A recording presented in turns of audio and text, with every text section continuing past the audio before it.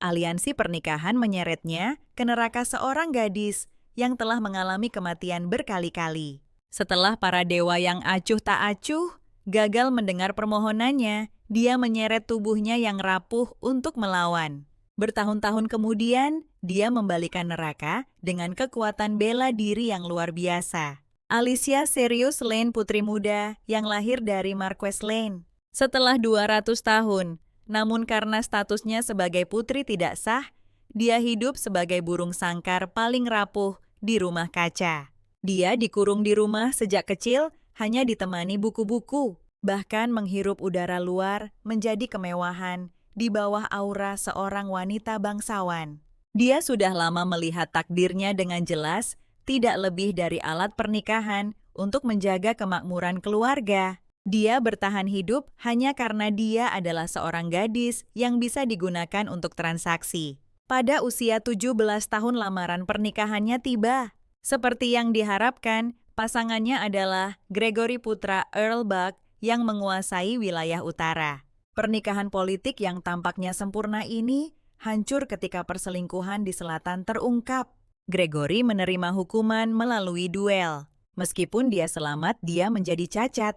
Keluarga Lane mengumumkan pembatalan, tetapi keluarga Buck menolak menerimanya. Gugatan hukum yang berlarut-larut selama 8 tahun menguras masa mudanya. Pada saat keluarga Lane memenangkan gugatan Alicia, sudah berusia 25 tahun. Dia sudah lama melewati usia menikah untuk seorang wanita bangsawan. Namun pengaturan ayahnya tidak pernah absen. Kali ini pasangan pernikahannya diubah menjadi Adipati Agung Rekarte Tyson pria yang menguasai perbatasan barat.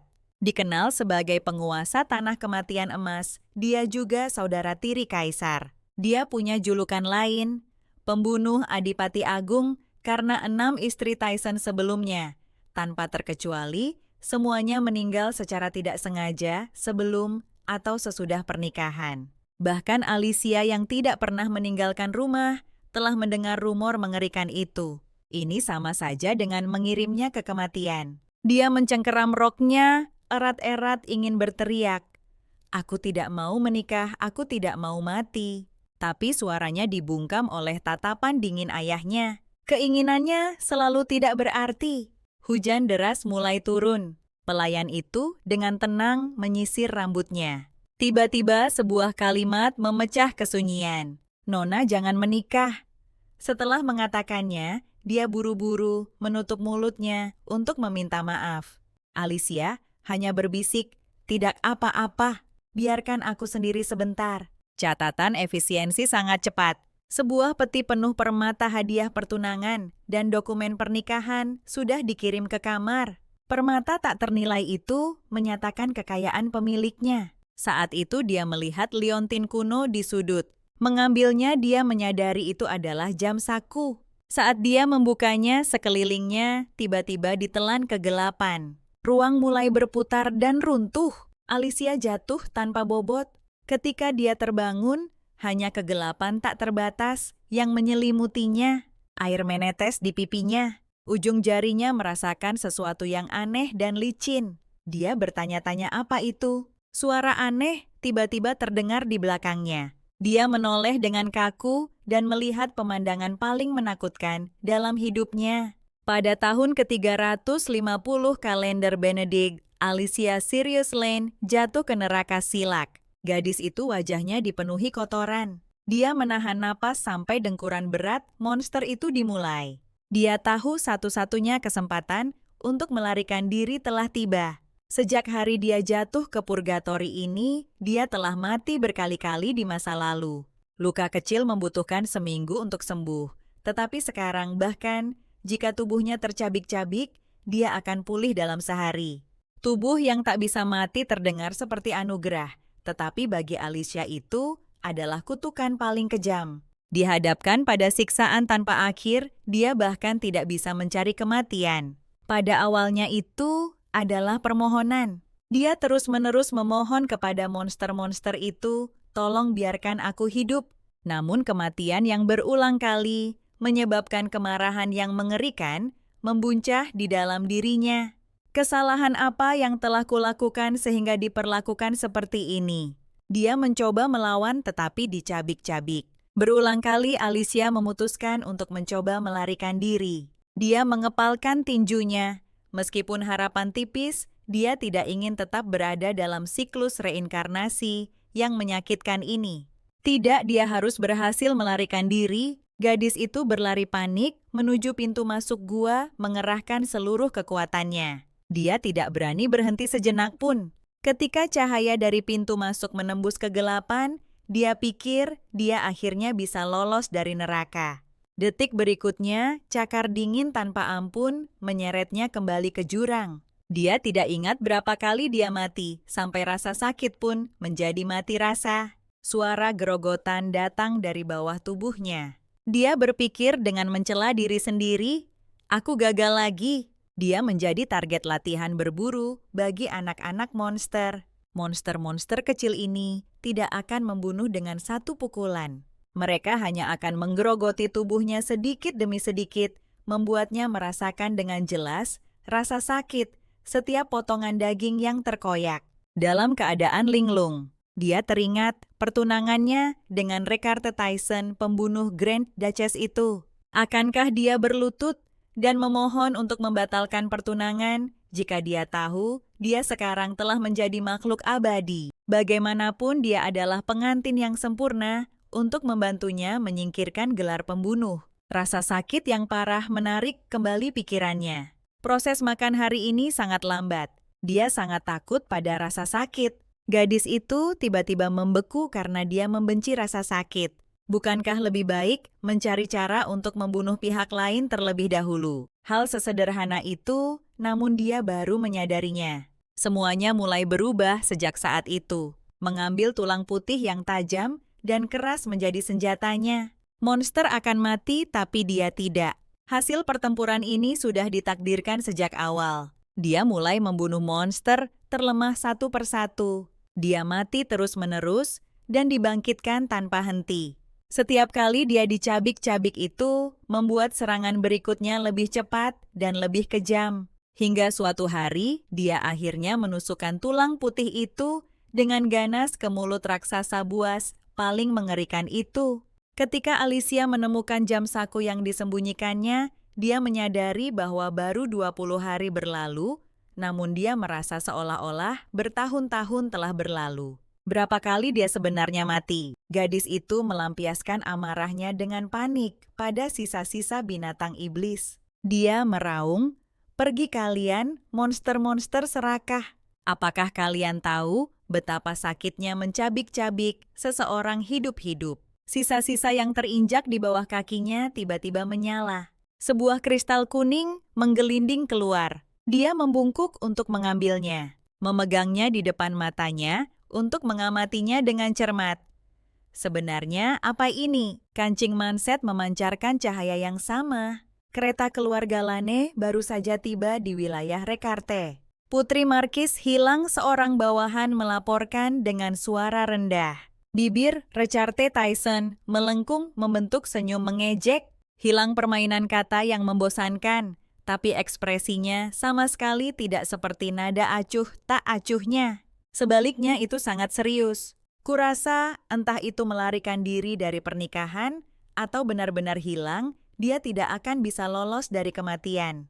Tidak ada yang tahu bahwa jauh di dalam neraka, seorang gadis muda melompat turun dari ketinggian. Tombak panjang di tangannya menunjuk lurus ke monster. Di bawah cahaya dingin itu menusuk. Pada tahun ke-358 kalender Benedict, Alicia bertahan hidup di neraka. Setelah gadis itu melenyapkan Raja Iblis, dia benar-benar kembali ke dirinya yang berusia 17 tahun. Tapi sebelum itu, dia telah diseret ke neraka selama 8 tahun penuh. Gadis itu melompat turun dari ketinggian. Tombak panjang di tangannya menunjuk lurus ke monster. Di bawah cahaya dingin itu menusuk. Iblis lain dipenggal olehnya. Alicia tidak hanya bertahan hidup di neraka, tetapi juga hidup sangat baik setelah membunuh iblis raksasa itu. Dia terbiasa membungkuk untuk mengumpulkan rampasan. Makhluk tak dikenal yang bersembunyi di kejauhan melancarkan serangan mendadak. Saat dia menemukan kristal itu, tak disangka serangan itu meleset. Alicia melompat dengan rapi, meraih kepala lawan dengan kedua tangan, dan menghantamkan lututnya dengan keras. "Beranikah kau menyentuh mangsaku?" Orang itu ditendang puluhan meter jauhnya olehnya. Dia terus maju selangkah demi selangkah, bahkan mencuri di neraka pun dihukum. Baru saat itulah pria bertelinga binatang itu panik. "Tolong ampuni aku," Alicia membeku. Monster itu benar-benar berbicara. Pria bertelinga binatang itu, setelah nyawanya diselamatkan, segera berlutut di tanah meminta maaf dengan panik. Dia bilang dia akan menyerahkan semua kristalnya. "Tolong ampuni nyawaku. Aku tidak akan pernah menginjakkan kaki di sini lagi." Ini adalah pertama kalinya Alicia bertemu makhluk yang bisa dia ajak berkomunikasi. D itu, "Oh, kau tahu di mana ini, Selik." Pada saat ini, dia akhirnya menyadari bahwa neraka tempat dia tinggal selama 8 tahun itu memiliki nama. Sebelumnya pengetahuannya tentang tempat ini hanya berasal dari buku-buku yang pernah dia baca di masa lalu. Langit merah padam bumi diselimuti kegelapan bebatuan hitam retak, bahkan bernapas terasa seperti terbakar. Dia melemparkan kristal yang baru saja dia dapatkan. Apa ini? Kristal yang didapat dari tubuh monster itu ajaib. Setelah memakannya tubuh menjadi kuat. Ini adalah kristal yang mengandung kekuatan sihir. Kau benar-benar membuangnya ke tanah begitu saja. Alicia mengangkat alis. Apakah mereka sangat berharga? Kau tidak tahu betapa langkanya mereka. Ini adalah kristal terbesar yang pernah kulihat. Aku khawatir mereka sudah mendekati level Lord, pikir pria bertelinga binatang itu dengan serakah. Jika dia bisa mendapatkan ini, dia bisa menjadi lebih kuat. Hanya itu, aku akan memberikannya padamu. Dia membuatnya terpaku di tempat. Apa aku bilang aku memberikannya padamu? Dia menatap tidak percaya sungguh. Tentu saja, tapi pertama, kau harus menjawab beberapa pertanyaan dariku. Dari mulut pria bertelinga binatang itu, dia mengetahui bahwa kristal adalah pembawa energi sihir terkonsentrasi. Untuk mendapatkan kristal yang lebih kuat, seseorang tidak bisa hanya berburu binatang iblis biasa, tapi harus menemukan iblis yang diberkahi dengan kecerdasan. Mereka bisa mengendalikan sihir dan menjadi lebih kuat dengan menyerap energi dari jenis mereka sendiri. Dan yang terkuat di seluruh neraka adalah 4 iblis besar. Segera Alicia tiba di wilayah iblis barat. Pintu berat itu perlahan terbuka tepat di dekatnya. Terdengar suara serak seperti jamur. "Kultivator, selamat datang di Kastil Sila Barat. Aku adalah penguasa Barat Alek."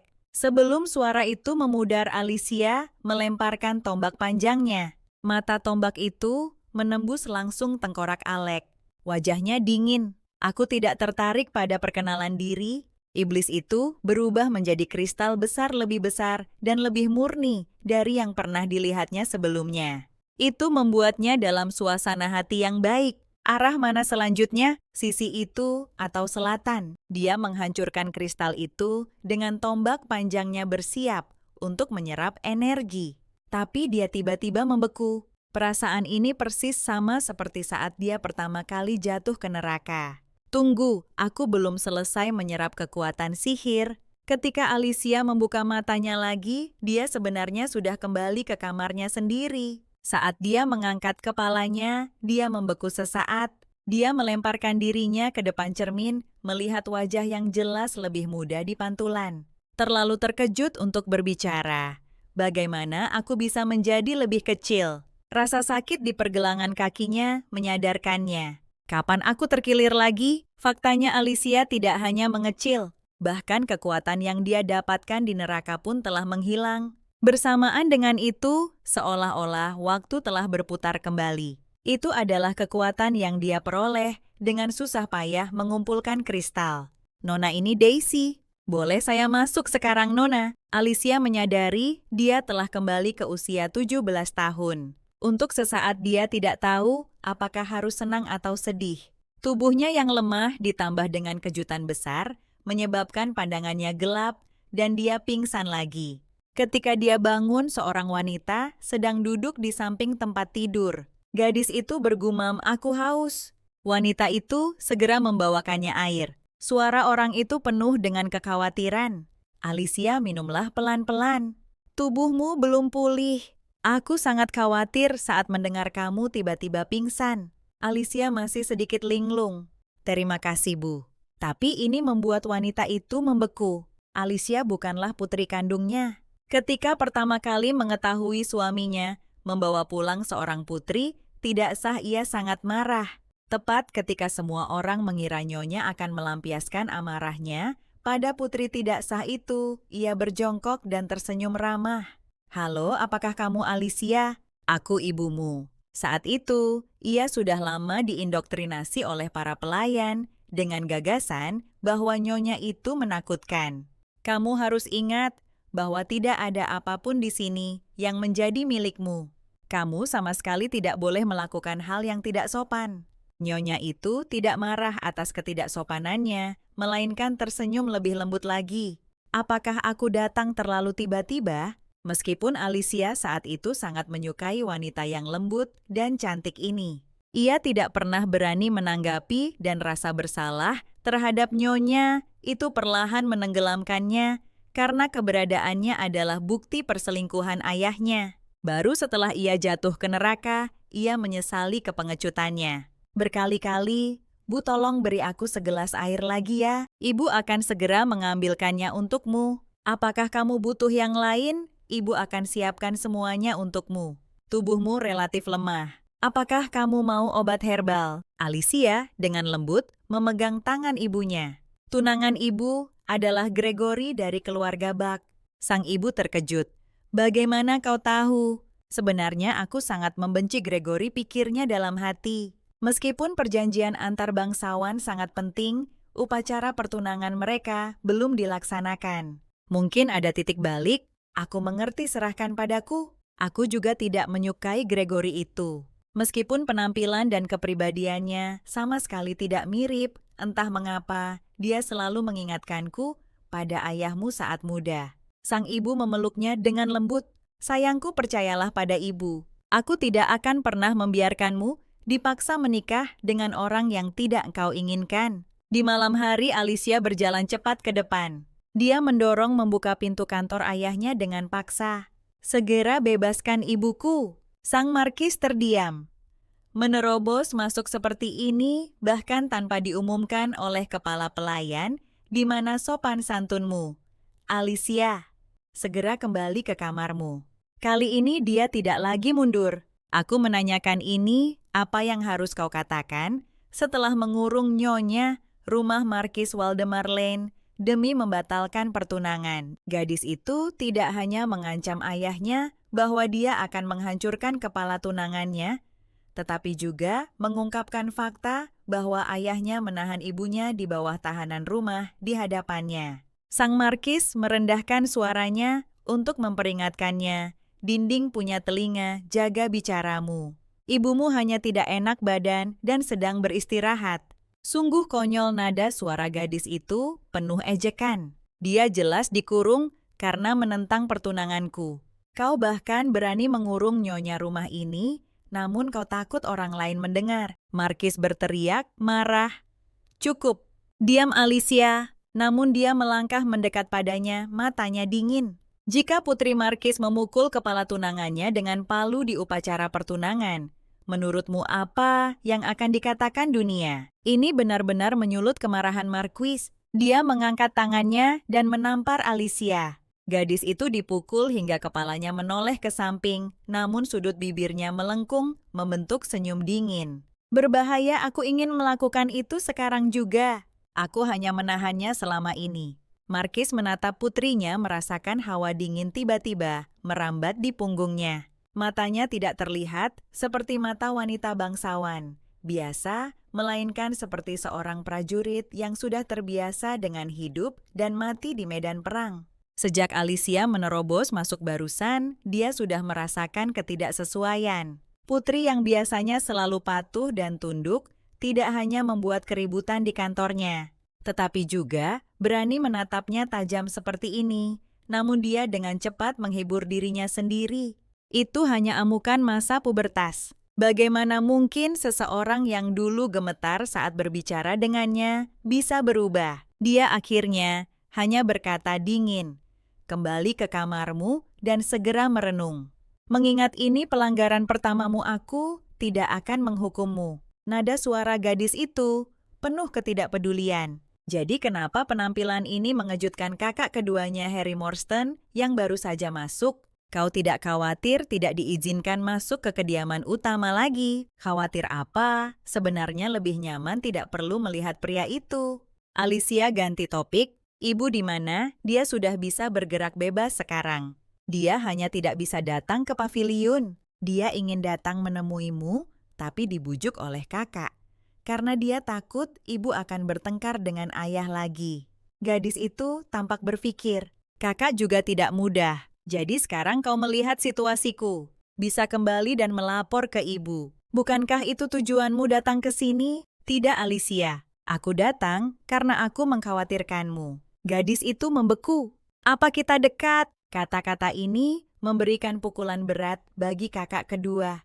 Dia memaksakan senyum. Kamu mungkin tidak menyadarinya, tapi sebenarnya aku cukup peduli pada satu-satunya adikku. Alicia merasa aneh di dalam hatinya. Kakaknya ternyata peduli padanya. Tapi perasaan ini sepertinya tidak buruk. Dia pernah berpikir kakak-kakaknya akan membencinya karena statusnya sebagai anak haram. Sudut bibir gadis itu sedikit terangkat. Sungguh hebat dia sudah kembali. Melalui kakak keduanya, dia mengetahui bahwa pernikahannya hampir ditetapkan. Hanya kurang persetujuan kerajaan dan pengumuman publik resmi. Apa kamu sangat membenci pernikahan ini? Alicia tidak menjawab, melainkan mengungkit masalah lama. Apa kamu ingat debutku di masyarakat? Aku jatuh di lantai dansa yang membuatku menjadi bahan tertawaan di perjamuan itu. Hari itu sebenarnya tidak ada yang akan peduli. Aku hanya perlu segera berdiri. Seseorang memimpin dalam mengejekku. Orang itu adalah Gregory. Penampilan pertamaku dalam hidup hancur begitu saja. Senyum Harry langsung menghilang. Jika aku membunuhnya sekarang, apakah kamu akan merasa lebih baik? Tidak perlu. Aku tidak peduli lagi, tapi terima kasih. Semakin dia melepaskan, semakin berat niat membunuh Harry. Karena aku tidak bisa membunuhnya, bagaimana kalau berduel dengannya? Mematahkan salah satu kakinya seharusnya tidak masalah kan? Pada saat ini, Alicia tiba-tiba mengeluarkan sebuah surat. Dia bingung. Apa ini? Tolong bantu aku, berikan ini kepada Adipati Agung Tyson. Pupil mata Harry menyempit. Apa sebenarnya yang ingin kamu lakukan? Gadis itu tersenyum misterius. Tolong bantu aku mengirimkannya secara rahasia, kakak. Kamu akan membantuku kan? Beberapa hari kemudian, di wilayah Rekarte Adipati Agung Tyson menerima surat aneh. Status pernikahannya tidak pernah dipublikasikan dan merupakan rahasia kerajaan. Namun surat itu memperingatkannya bahwa tunangannya lemah secara fisik dan membawa virus berbahaya. Itu tidak mungkin. Kediaman Adipati Agung membocorkan berita itu dan keluarga kerajaan juga belum mempublikasikannya. Tyson menatap surat itu Shun. Shun dan Henrik tetaplah di sini. Roderick ikut aku keluar kota. Ajudan itu terkejut. Yang mulia, apakah Anda akan menemui orang bernama Sirius ini? Tyson mengetuk alamat di surat itu. Dia bahkan menentukan lokasinya. Bukankah itu hanya menyuruhku untuk menemuinya? Batasi rombongan seminimal mungkin. Roderick ingin menasihati agar tidak melakukannya, tetapi perintah untuk menahan diri membungkamnya. Setelah kepala pelayan dan ajudan pergi, Tyson menatap pola yang indah, namun mencolok pada kertas surat itu. Dia bergumam dengan suara rendah. Sirius, sebenarnya siapa kamu? Sementara itu, jauh di tenda jalur Alicia melihat keluar jendela. Surat itu seharusnya sudah tiba sekarang. Dia ingin mengembalikan semuanya ke jalurnya sebelum tragedi kehidupan masa lalunya terjadi. Alicia meminjam kereta dari ibunya, tetapi saat mereka mendekati tujuan kereta itu, tiba-tiba berguncang hebat. Setelah hanya beberapa guncangan sakit kepala parah, tiba-tiba menyerang. Dia belum pernah mengalami ini saat berada di neraka. Apakah dia benar-benar selemah ini sekarang? Detik berikutnya, dia merasakan seseorang mendekat. Daisy melihat keluar jendela. Aku akan keluar dan memeriksanya. Tepat saat Alicia mencoba menghentikannya, sesuatu melesat di udara. Daisy jatuh ke tanah dengan bunyi gedebuk. Alicia buru-buru membantunya berdiri. Dia masih bernapas. Tak lama kemudian, dia menemukan jarum beracun di leher Daisy. Baunya seperti kayu manis dan cemara. Hanya ada satu racun dengan aroma ini, dan seharusnya tidak ada di sini. Dia menggumamkan nama Musto. Pintu kereta tiba-tiba terbuka, dan seorang kesatria melangkah masuk ke dalam kereta. Dia hanya tertidur, nyawanya tidak dalam bahaya. Tolong jangan khawatir. Ksatria itu mengangkat Daisy, sementara pria yang pertama kali membuka pintu berbicara. Tolong turun dari kereta, Nona Alicia, atau haruskah aku memanggilmu Sirius? Rambut seperti emas, cair kulit pucat seperti salju, dan pupil mata jernih seperti kristal. Dia memang tidak mirip dengan keluarga kerajaan, tetapi dia juga tidak terlihat seganas yang diklaim rumor. Saat dia mengamatinya, Tyson juga mengamatinya dengan cermat. Dia terlihat rapuh dan pemalu. Sulit membayangkan bahwa ini adalah wanita yang mengiriminya surat. Memikirkan hal ini, dia berbicara lebih dulu. Kudengar Mississippi Lane punya masalah jantung. Alicia tersenyum mendengar perkataannya. Dia benar-benar telah menyelidiki kesehatannya. Mereka bilang aku akan terkena serangan di tengah jalan, bahkan sebelum mencapai wilayah Rekarte. Informasi ini hanya diketahui di dalam keluarga. Bagaimana kau tahu? Tyson mengulurkan tangan untuk membantu Alicia turun dari kereta. Namun, dia mengangkat roknya dan melompat turun sendiri. Tempat pertemuan di surat bukan di sini. Ini sedikit lebih jauh ke depan. Pria yang diabaikan itu mengepalkan tinjunya. Rumor mengatakan nona muda, Alain Marquis, pemalu dan pengecut. Tapi, orang di depannya adalah kebalikannya. Dia mengikuti langkahnya. Mengapa kau memilih bertemu di sini? Karena aku perlu memastikan sesuatu. Formasi Batu Dolores berfungsi sebagai jam matahari. Siang hari melambangkan waktu bagi yang hidup. Malam melambangkan aura kematian. Setelah matahari terbit, makhluk non-manusia tidak bisa masuk. Apakah Anda pernah masuk ke sini? Yang mulia, ini pertama kalinya saya di sini. Dan kau, Alicia, berjongkok di tempat. Saya juga.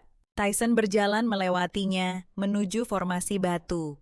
Melihat dia, tidak mengikuti dia berhenti. Apa kau tidak masuk? Anda masuk duluan, yang mulia. Jejak keraguan melintas di matanya. Apa sebenarnya yang dia rencanakan? Apakah jebakannya dipasang di sini? Alasan Alicia berhenti hanyalah karena dia pikir dia tidak bisa masuk. Melihat Tyson masuk ke dalam formasi tanpa keraguan sedikit pun, nadanya mengandung sedikit rasa iri. Yang mulia, apakah Anda manusia? Apa Anda tidak takut? Dikatakan bahwa jika Anda bahkan tidak bisa melangkah masuk itu, berarti Anda bukan manusia. Namun di telinga Tyson maknanya berubah. Apakah dia percaya rumor bahwa aku adalah iblis? Apa yang perlu ditakutkan? Itu hanya beberapa batu. Sejak kembali dari neraka, Alicia belum memverifikasi satu hal. Karena neraka benar-benar ada. Lalu setelah jatuh ke neraka dan kembali dari sana, apakah dia masih terhitung sebagai manusia? Atau apakah dia juga telah menjadi monster saat dia melangkah ke dalam formasi kecemasan yang selama ini dia rasakan akhirnya sirna? Dia tersenyum cerah.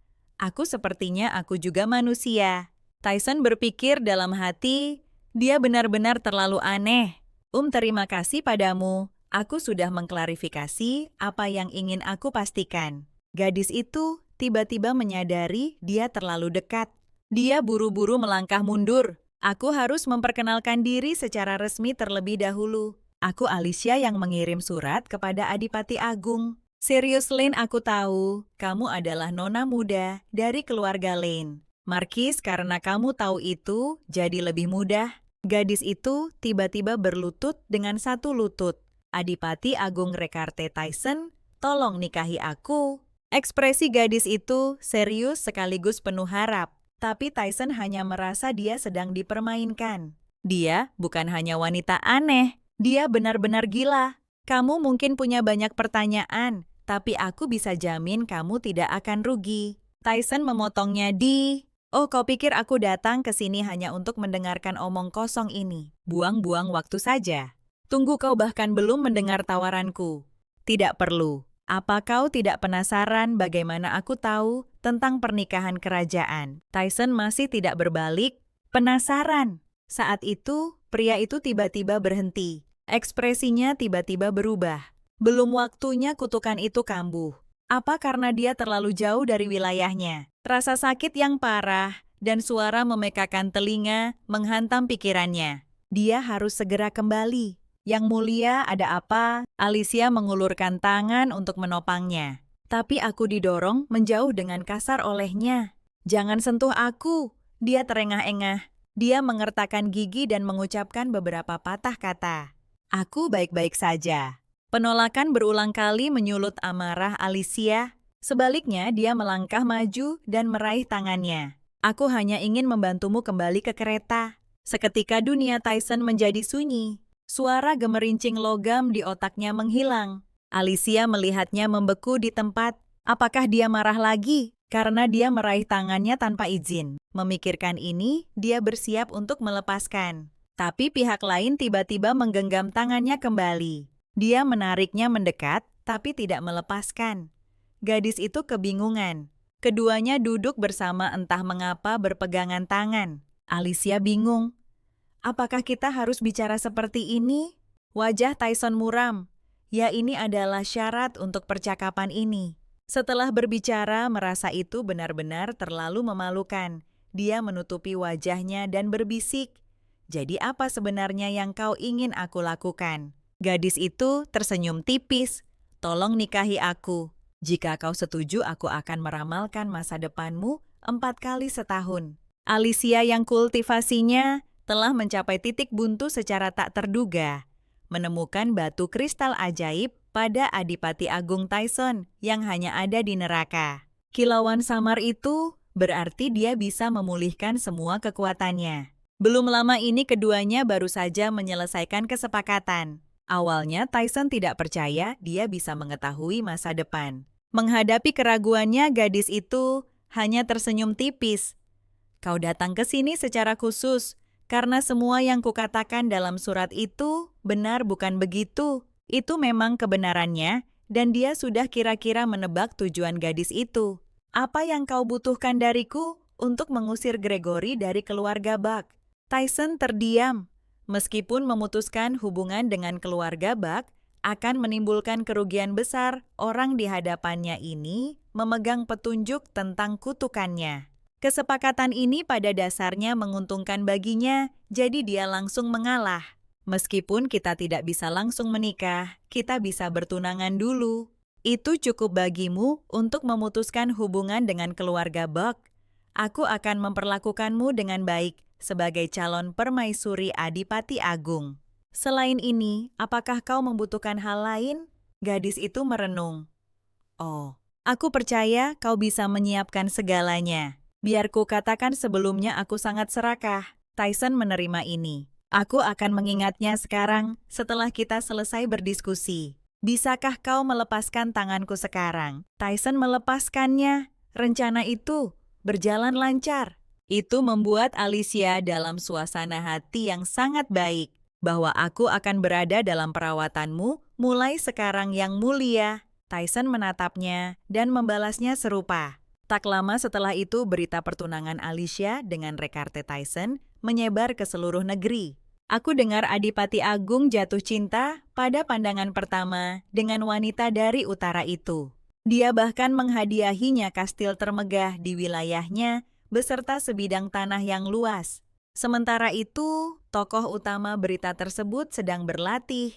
Tanpa peningkatan kristal, proses pemulihan masih terlalu lambat. Alicia, apakah ini benar? Kakak keduanya bergegas masuk ke tempat latihan memegang koran. Judul beritanya sangat mencolok, Nona Alicia akan menjadi Countess H dari Aria. Dia tidak menyangka berita itu menyebar begitu cepat, atau bahwa kemampuan Tyson untuk bertindak begitu kuat membuat pertunjukan yang cukup besar. Namun meskipun dia juga seorang protagonis koran itu, sepenuhnya membicarakan Adipati Agung. Bukankah itu karena hampir tidak ada seorang pun di kalangan bangsawan yang mengenalmu? Tunggu, bukan itu intinya. Apa yang sebenarnya kamu lakukan beberapa hari terakhir ini? Saat itu seorang pelayan berjalan mendekat, menuntun seekor kuda yang bagus. Nona, apa yang Anda minta sudah siap. Melihat mata adiknya berbinar, kakak keduanya bingung. Kamu belum pernah belajar menunggang kuda sebelumnya. Benarkah? Gadis itu tidak menjawab, tetapi berlari ke arah kuda, menungganginya dengan rapi. Dia menatap kakak keduanya. Tentu saja, Kak. Aku sudah belajar, tapi diam-diam menambahkan dalam hatinya. Meskipun itu di neraka, kakak keduanya merasa semakin tidak memahami adiknya. Alicia tiba-tiba berbalik. Kakak, sepertinya kau harus pergi, katanya. Begitu dia selesai bicara, seorang pelayan bergegas mendekat. Anda harus segera kembali ke kediaman utama. Mengatakan ini, dia melirik Alicia, lalu sengaja merendahkan suaranya. Saya tidak bisa menjelaskan di sini, mohon kembali dulu. Gadis itu berpikir pasti ada sesuatu yang penting. Maaf Alicia, sepertinya aku harus pergi. Aku akan kembali secepatnya. Jangan membuat masalah sementara itu. Dia tersenyum dan mengucapkan selamat tinggal padanya. Begitu sosok kakaknya menghilang, Alicia menarik kendali untuk berbalik. Mengambil napas dalam-dalam, dia sudah terbiasa dengan tubuh ini sejak pertama kali kembali. Dia hampir melompat dari lantai atas. Jika para pelayan tidak menariknya kembali tepat waktu, kakinya mungkin sudah patah sejak lama. Dia ingat bagaimana cara bertarung. Pengalaman-pengalaman itu terukir dalam tulangnya, tetapi batasan fisik jelas terbentang di hadapannya. Tidak peduli seberapa keras dia berlatih sulit untuk menembusnya. Namun sejauh ini kondisinya cukup baik. Gadis itu melompat dan bermanuver dengan mudah di antara pepohonan, gerakannya seringan burung. Setelah kembali dari neraka, yang paling ingin dia dapatkan kembali adalah batu kristal ajaib. Kekuatan lengannya masih belum cukup. Hanya dengan usaha dia tidak akan pernah bisa mencapai efek yang diberikan oleh kristal. Sebuah bayangan menyelimutinya. Alicia mendongak dan benar-benar melihat Recarte Tyson. Anggota .do dari Landmark 8, semuanya berlatih seperti ini. Dia segera berdiri, nadanya sedikit terkejut. Kenapa kau di sini? Tyson mengulurkan tangannya padanya. Aku datang untuk menghadiri upacara ksatria. Saat tangan mereka bersentuhan, Alicia tiba-tiba membeku. Di kancing mansetnya ada permata kuning. Apa yang baru saja kau lakukan? Dia berdiri tiba-tiba. Tidak ada, hanya berolahraga santai. Tangan Tyson menggantung canggung di udara. Suaranya sepertinya mengandung sedikit ketidakpuasan. Itu adalah latihan khusus yang sebagian besar Ordo Ksatria tidak bisa selesaikan. Bagimu itu hanya berolahraga santai. Nona, berhenti. Ada apa dengan topik ini? Mau melihat gadis itu kembali mengalihkan pembicaraan. Dia agak tidak berdaya, tetapi tidak mengejarnya lebih jauh.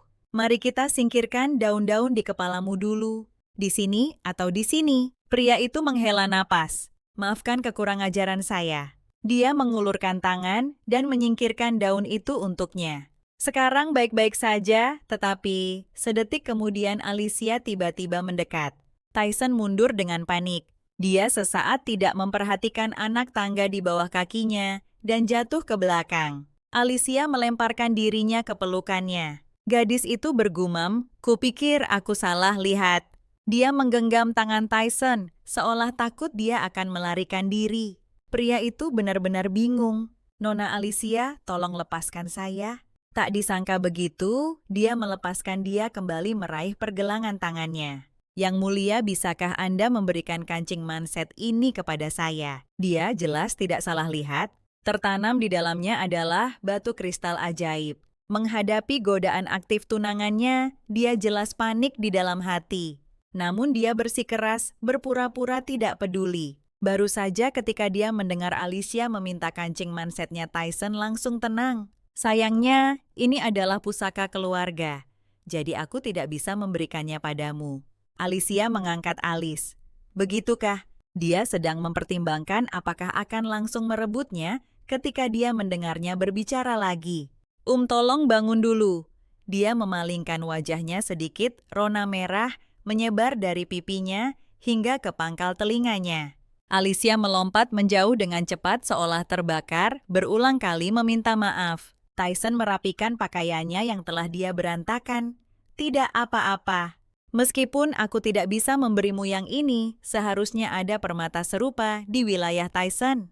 Aku akan mencarinya dan memberikannya padamu sebagai hadiah lain kali.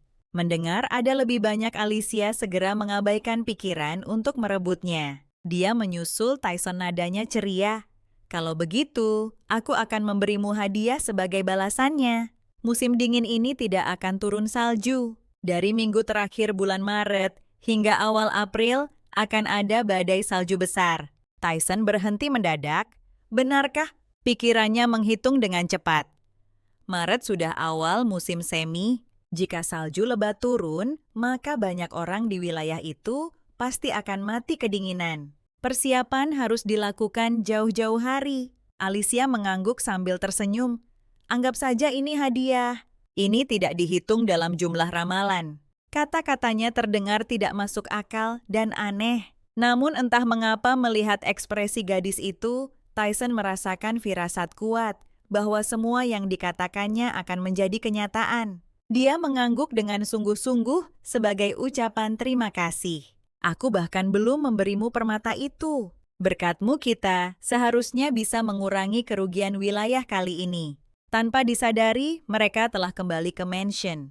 Pintu masuk sudah ramai dengan orang-orang. Ajudan Tyson melangkah maju dengan cepat. Yang mulia ini, yang Anda minta untuk disiapkan. Dia membungkuk sedikit. Nona Alicia, saya punya sesuatu untuk Anda. Pada saat ini kepala pelayan Markis tiba-tiba menyela. Yang mulia Markis Muda Lane sedang menunggu Anda di gedung utama. Alicia berbisik. Anda tidak datang ke sini dulu kan? Sudahlah. Tyson mendekat padanya. Alicia, aku datang untuk menemuimu sejak awal. Dia tidak berniat menemui siapapun dari keluarga Lane. Dia menatap tajam ke kerumunan. Semuanya pergi. Saat Daisy pergi, Alicia memberi isyarat padanya untuk membawa kembali kuda itu. Sebuah suara tiba-tiba terdengar dari atas kepalanya. Semua orang sudah pergi akhirnya. Giliran saya, kata Tyson sambil membuka kotak yang diberikan ajudan kepadanya. Di dalamnya ada satu set perhiasan yang luar biasa megah. Ini adalah set ruby milik Duchess Margaret. Tunggu, ini bukan untukku. Tyson mengiyakan dan menjelaskan. Permata ruby Margaret selalu dipasangkan dengan Earl of Aria. Saat Anda perlu mengenakan pakaian formal untuk acara penting, Anda bisa memakainya. Alicia tidak sungkan dengannya. Itu akan saya manfaatkan dengan baik. Tyson terhibur oleh sikap seriusnya, tetapi segera kembali serius. Seberapa banyak yang Anda ketahui tentang keluarga kerajaan? Dia sebenarnya tahu sedikit tentang ini, termasuk mendiang kaisar dan kaisar saat ini. Ada total 5 pangeran dan 1 putri. Pangeran kedua meninggal dalam kecelakaan 7 tahun yang lalu. Pangeran ketiga adalah Duke Lennox. Pangeran keempat adalah Earl Estefino. Dan pangeran kelima adalah Anda Adipati Agung Tyson. Satu-satunya putri Louis adalah adik perempuan Anda dari ibu yang sama. Tidak buruk kamu tahu akal sehat dasar. Jangan menatapku seperti itu. Aku suka membaca. Keluarga kerajaan akan mengirim guru untuk mengajarimu pengetahuan lain. Juga Nona, sebaiknya sembunyikan hobi unikmu itu. Alicia langsung setuju. Tyson mengisyaratkan dia akan sepenuhnya bekerja sama dengannya dalam segala hal lainnya. Setelah membahas urusan bisnis, keduanya bersiap untuk berpamitan. Kalau begitu, sampai jumpa di upacara ksatria. Setelah warna gaun diputuskan, aku akan mengirim seseorang untuk memberitahumu. Tyson tiba-tiba mendekat, hampir menyentuh pipinya. Aku mengucapkan sebuah kalimat dengan suara yang sangat pelan. Alicia tertegun. Itu benar-benar apa yang kulihat dengan mataku sendiri. Setelah berbicara, dia menaiki kudanya.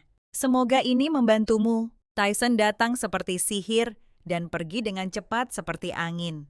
Meskipun dia mengejutkannya, dia merasa dia jauh lebih baik daripada yang disarankan rumor. Saat itu juga, para pelayan yang pergi sebelumnya tiba-tiba berbondong-bondong keluar bertanya serentak. Nona, sejak kapan Anda menjadi begitu dekat dengan Adipati Agung? Bagaimana Anda mengenalnya? Orang-orang ini tidak berani mengatakan sepatah kata pun barusan. Gadis itu mengerutkan kening pada semua orang kecuali Daisy. Kembali dia menyuruh Daisy untuk segera mengemasi barang-barangnya. Dia bersiap untuk berangkat ke wilayah H-Area karena Tyson telah memberitahunya kabar yang sangat baik. Marquis Lane tidak akan bisa kembali untuk sementara waktu. Dia telah memprotes pembatalan pertunangan dengan keluarga Book, membuat Kaisar marah, dan membuatnya menjadi tahanan rumah. Dia bisa menggunakan kesempatan ini untuk meninggalkan rumah dan melakukan apa yang dia inginkan. Gadis itu tidak hanya secara terbuka menentang perjodohan ayahnya, tetapi juga diam-diam bertunangan dengan orang lain. Ketika Marquis bergegas pulang dengan marah untuk menyelesaikan masalah dengan Alicia, dia hanya menerima kabar bahwa Alicia sudah meninggalkan rumah. Sangat kontras dengan kekesalannya istrinya, memancarkan aura kebahagiaan. Kau bilang Alicia pergi ke Hacevaria. Marquis yang telah menjadi tahanan rumah di istana selama beberapa hari, penuh kebingungan menuntut untuk tahu apa yang telah terjadi. Nyonya itu tampak tenang. Anak itu meninggalkan surat yang mengatakan dia ingin melihat wilayahnya sendiri. Apakah itu pantas? Kenapa kau tidak menghentikannya? Tidak menyangka suaminya begitu tidak masuk akal, nyonya itu tertegun sejenak, lalu tersenyum menghina. Aku bahkan tidak bisa masuk ke sayap selatan. Bagaimana aku bisa menghentikannya? Marquis kemudian menyadari keanehan istrinya. Marina, kami tidak sengaja melakukan ini. Benarkah? Hanya karena insiden itu, aku hanya menyatakan fakta. Nada bicara nyonya sedikit menggelap. Anak itu belum pernah meminta apapun sendiri selama 17 tahun. Ini yang pertama kalinya. Kau juga harus berhenti sekarang. Jangan perlakukan anak-anak sebagai alat keluarga. Marquis berdiri tiba-tiba. Cukup sampai di sini. Sebagai anggota Lane, mengabdikan diri pada keluarga adalah sebuah kewajiban. Aku akan mengirim seseorang untuk membawanya kembali. Namun setelah dia kembali aksesnya ke pavilion, terserah padamu. Menghela napas melihat suaminya pergi nyonya, akhirnya merasa lega. Dia pasti sudah membantu Alicia mendapatkan sedikit waktu lagi. Dia hanya tidak tahu di mana dia sekarang. Tidak ada yang menyangka bahwa Alicia yang seharusnya pergi ke wilayah kekuasaan, sebenarnya berada di ibu kota kekaisaran saat ini. Tyson telah mengatur guru etiket kerajaan dan akomodasi untuknya. Daisy dipenuhi kebingungan. Nona, bukankah kita akan pergi ke H-Area? Alicia terkekeh dan menggelengkan kepalanya. Upacara penobatan sudah dekat. Bagaimana aku bisa benar-benar pergi ke wilayah itu? Daisy, ayo kita belanja dulu. Yang disebut perjalanan Arya ke H hanyalah tabir asap. Dia sengaja tertinggal, menggunakan ingatan dari kehidupan masa lalunya. Alicia dengan cepat menemukan Catalina, seorang pembuat parfum jenius yang belum terkenal, tetapi akan menjadi terkenal di masa depan. Setelah percakapan yang menyenangkan dengannya, dia membeli parfum dan mengulurkan tawaran kepada Catalina, terlebih dahulu mempekerjakannya untuk membuat parfum di kediamannya di masa depan. Alicia bermaksud untuk berinvestasi padanya sebelumnya. Tapi ini bukan tujuan utamanya. Setelah menyusuri jalan perbelanjaan, Alicia berhenti di toko sepatu yang tidak mencolok. Pemiliknya adalah seorang pria paruh baya. Ada yang bisa saya bantu? Alicia menjawab, saya di sini untuk memesan sulaman. Judith, ada tamu. Ternyata sebuah bengkel sulaman tersembunyi berada di lantai 2 toko sepatu itu. Diiringi langkah kaki ringan seorang gadis dengan rambut putih keperakan muncul. Jika Anda ingin melihat sulaman, silakan lewat sini. Maaf, di sini agak berantakan. Judith merapikan benang-benang sulaman di atas meja. Saya akan segera merapikannya. Mohon tunggu sebentar. Alicia tersenyum dan menenangkannya. Tidak apa-apa, ini sudah sangat rapi. Maaf, membuat Anda menunggu. Nama saya Judith Perelman. Saya belum banyak belajar, jadi saya tidak tahu apakah sapaan ini pantas. Alicia juga memperkenalkan diri. Saya dengar keterampilan menyulam Anda luar biasa, jadi saya ingin memesan banyak pesanan kepada Anda. Mengatakan itu, dia memberi isyarat kepada Daisy. Buka kotaknya, ini cetak birunya. Lihat apakah Anda bisa membuatnya. Judith mengambilnya. Ini tidak sulit baginya. Tepat saat dia hendak setuju tatapannya, tiba-tiba berhenti pada tulisan tangan di halaman kedua. Daisy, kamu mundur dulu. Alicia memerintahkan dengan lembut. Begitu pelayan pergi, Judith meremas cetak biru itu erat-erat. Niat membunuh yang tajam langsung terpancar dari matanya. Alicia sama sekali tidak takut. Ayah, jangan khawatir. Hanya aku yang tahu tentang masalah ini. Untuk datang ke sini, saya sengaja mengambil banyak jalan memutar di perjalanan. Sebelum dia selesai berbicara, Judith sudah menyerangnya mengayunkan sepasang gunting. Siapa sebenarnya kamu, Alicia? Bereaksi sangat cepat menggunakan gagang kipasnya untuk memukul tepat urat pergelangan tangannya.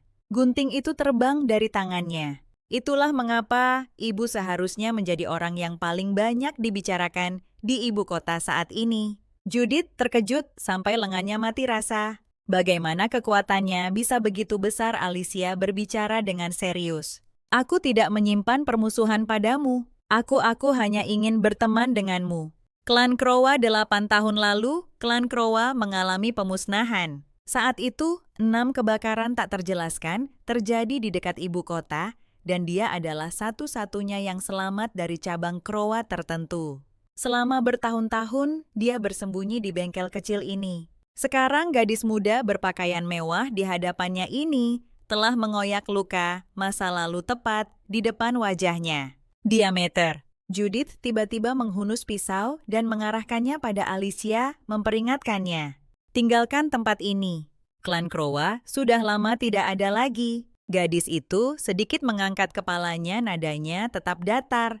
Tapi kata-katanya setajam pisau. Jika kau terus melarikan diri, mereka akan benar-benar lenyap dari dunia ini. Apa yang kau tahu? Judith langsung diliputi amarah. Tapi sedetik kemudian kata-kata Alicia membuatnya membeku seketika. Bahwa aku tahu siapa yang mengkhianati Krowa. Judith. Aku akan membantumu membalas dendam. Suara gadis itu bergetar. Kenapa aku tidak mengatakannya? Aku ingin menjadi temanmu. Seorang teman yang bisa membantu pihak lain. Klan Krowa mengaku memiliki 6 orang yang bertanggung jawab secara eksternal. Tetapi sebenarnya ada faksi lain yang tersembunyi. Merekalah yang mengkhianati seluruh klan Krowa. Suara Judith penuh dengan ketidakpercayaan. Yaitu benar. Jika kau ingin tahu apakah perkataanku benar, verifikasi sendiri. Tapi kau harus cepat. Jika kau membuang lebih banyak waktu, kau juga akan mati. Hati gadis itu mencelos. Apakah tempat ini sudah ditemukan? Alicia tidak menjawab secara langsung, tetapi meninggalkan petunjuk yang memancing pemikiran. Aku harap kau bisa menyelesaikan pesanan sebelum musim semi. Tak lama setelah itu, Alicia menerima undangan untuk konfirmasi gelar kerajaan. Sementara itu, di dalam istana, karena kerusuhan yang semakin intens, di perbatasan Rekarte, menemui kaisar untuk mengajukan penambahan pasukan ke barat. Saat mereka berbicara, topik beralih ke pernikahannya. Para menteri berdebat tanpa henti mengenai pengaturan tempat duduk untuk upacara konfirmasi gelar. Bahkan dia dan Permaisuri telah terlibat perang dingin selama 5 hari karena masalah ini. Tidak ada informasi tentang Count H dari Arya di ibu kota. Jadi, baru-baru ini, orang-orang menyelidiki Permaisuri, menyebabkan dia sangat kesal dan melampiaskannya padanya. Ini semua dimulai karena kau tiba-tiba melamar dan bersikeras untuk menganugerahkan gelar. Ngomong-ngomong, bagaimana kabar Count A dari Arya itu? Recarte mengoreksinya. Dia belum menjadi Count. Aku akan menganugerahkannya juga. Apa bedanya? Meskipun pertunangan ini diminta oleh Recarte, pendorong utamanya adalah Kaisar. Dia sama sekali tidak memberi Marquis Lane kesempatan untuk memilih. Tentukan waktu pernikahan. Jika Anda khawatir, putri Anda terlalu muda, bagaimana kalau menikah 2 tahun lagi, saat berusia 19? Periode itu cukup bagi keduanya untuk memperdalam perasaan mereka. Usulan ini tidak buruk kan? Namun mengapa ekspresi Anda terlihat sangat gelisah? Apakah Anda tidak suka menjadi besan dengan keluarga kekaisaran? Markis merasa seolah-olah dia telah jatuh ke dalam gua es dalam sekejap. Meskipun dia segera menambahkan bahwa dia merasa terhormat dengan pernikahan ini, Kaisar masih menemukan alasan untuk menahannya di istana.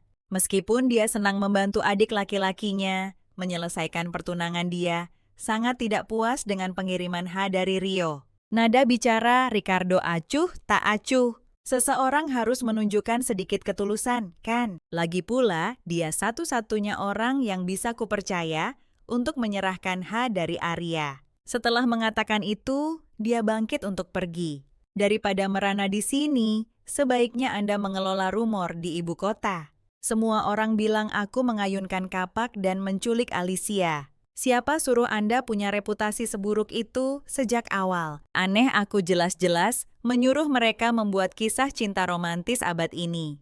Tatapan adiknya padanya membuatnya merasa bersalah tanpa alasan yang jelas. Nyonya Recarte hendak pergi. Kaisar tiba-tiba memanggilnya. Recarte, setelah musim dingin berlalu, dia akan marah lagi, kau harus berhati-hati. Setelah beberapa saat Recarte menjawab, aku akan mengingatnya. Setelah dia pergi Kaisar, menatap aula besar yang kosong dan menghela napas. Saudaraku, apa sebenarnya yang harus kulakukan? Kepala pelayan sedang menunggu di luar pintu. Yang mulia, apakah obrolan Anda berjalan lancar? Apakah Anda mendapatkan bala bantuan? Ya, bagaimana dengan Nona Alicia? Aku ingin tahu, apakah dia akan datang musim dingin ini? Tyson berharap bisa membuat kesan yang baik padanya. Recarte memotongnya. Dia baru 17 tahun. Tapi dia bukan gadis 17 tahun biasa. Dia adalah orang yang melamar Yang Mulia dengan fakta darah, dan dia akan berusia 18 tahun setelah musim panas berlalu, usia yang tepat untuk menikah. Bukankah Yang Mulia juga mengatakan begitu? Langkah kaki Ricard terhenti, dahinya diwarnai ketidaksabaran. Apakah Anda mata-mata Kaisar? Kepala pelayan masih tidak menyerah mendesak pernikahan. Yang Mulia memang benar, Anda harus selalu waspada. Tapi Yang Mulia sudah lama menginginkan Anda menikah. Anda dan Josefina hanya terpaut 2 tahun dan bahkan dia sudah menikah. Anda tidak bisa melajang selamanya. Cukup Henrik, dia naik kereta kuda, bahwa saya tidak akan menikahi Alicia. Tepat setelah Recarte selesai berbicara, sebuah suara yang familiar terdengar dari tidak jauh. Adipati Agung. Dia menoleh dengan tiba-tiba. Dia melihat Alicia berdiri di dekatnya. Sinar matahari menyinari wajahnya, dan gadis itu tersenyum dengan mata melengkung. Yang Mulia lama tidak bertemu. McCartney yang tertangkap basah merasa celaka saat itu. Apakah dia mendengar itu? Alicia memiringkan kepalanya sedikit, mata jernihnya penuh keraguan. Yang Mulia pria itu menghela napas lega. Tidak apa-apa, saya hanya tidak menyangka akan bertemu Anda di sini. Kenapa kamu datang ke sini? Nada bicara Alicia tegas. Yang Mulia memanggilku. Dia bilang ingin menemuiku sebelum menganugerahkan gelar. Mengetahui kepribadian kakaknya, dia mungkin mengancam Alicia untuk menandatangani perjanjian pernikahan terlebih dahulu. Memikirkan hal ini, nada bicaranya berubah. Oh, kamu ingat kancing manset itu? Aku bilang akan mencari yang serasi untuk kuberikan padamu. Kebetulan aku memilikinya di kediamanku di ibu kota. Kamu mau ikut melihatnya sekarang? Aku akan menjelaskan kepada Yang Mulia untukmu. Mata Alicia langsung berbinar dan dia setuju hampir seketika. Aku ingin masuk ke dalam kediaman. Suara Ricard terdengar samar. Para pengrajin Tyson itu jarang membuat perhiasan. Aku dengar mereka sangat senang saat menerima pesanan kali ini. Perhatian Alicia sudah lama tercuri oleh permata itu. Cahaya jernih terpantul di wajahnya. Tak disangka kristal sihir sebesar itu benar-benar ada. Kamu menyukainya. Baru setelah Recarte berbicara lagi, dia kembali ke kenyataan. Itu aku suka, sungguh indah. Dia tidak sabar untuk menelannya. Namun kalimat berikutnya membuat pupil matanya bergetar lagi. Ternyata Tyson memiliki tambang berlian. Jenis batu permata ini ditambang dari sana. Meskipun disebut tanah kematian, sebenarnya seindah surga. Alicia segera memanfaatkan kesempatan itu. Kalau begitu, bisakah aku pergi melihatnya? Saat itu pelayan menyajikan teh dan makanan ringan. Recarte menyesap teh dan nadanya menjadi sedikit lebih dingin. Aku harus segera kembali ke Tyson setelah upacara penobatan selesai. Jadi, aku mungkin tidak punya banyak waktu untuk berbicara denganmu saat itu. Dia tahu Rekarte jarang meninggalkan wilayahnya, tetapi pergi tepat setelah upacara terlalu terburu-buru. Kalau begitu, kapan kau akan datang ke ibu kota lagi? Mungkin setelah musim semi berikutnya. Jika ada sesuatu, kita bisa berkirim surat. Setelah akhirnya mengetahui keberadaan kristal ajaib, dia tidak ingin melewatkannya. Bisakah aku pergi ke Tyson bersamamu? Area di selatan lebih cocok untuk menghabiskan musim dingin. Kau harus pergi ke sana dulu untuk beradaptasi. Alicia diam-diam menggerutu. Kau sebaiknya bilang saja jangan datang. Ia ingin memperjuangkannya, tapi setelah dipikir-pikir, akan ada banyak kesempatan nanti. Tidak perlu terburu-buru saat ini. Aku mengerti. Saat berpisah, ia teringat sesuatu. Yang mulia, saya sudah memilih warna untuk gaunnya. Recarte mengangguk, itu akan saya catat. Kalau begitu, saya menantikan pakaian formal yang mulia. Biasanya Recarte selalu berusaha untuk tidak menonjolkan diri. Kepala pelayan agak menyeringai. Kali ini kau tidak bisa memakai apapun yang kau mau. Jadi pada hari itu, keduanya berdiri di luar aula. Suara kart terdengar. Itu dia, kau ingat prosedurnya?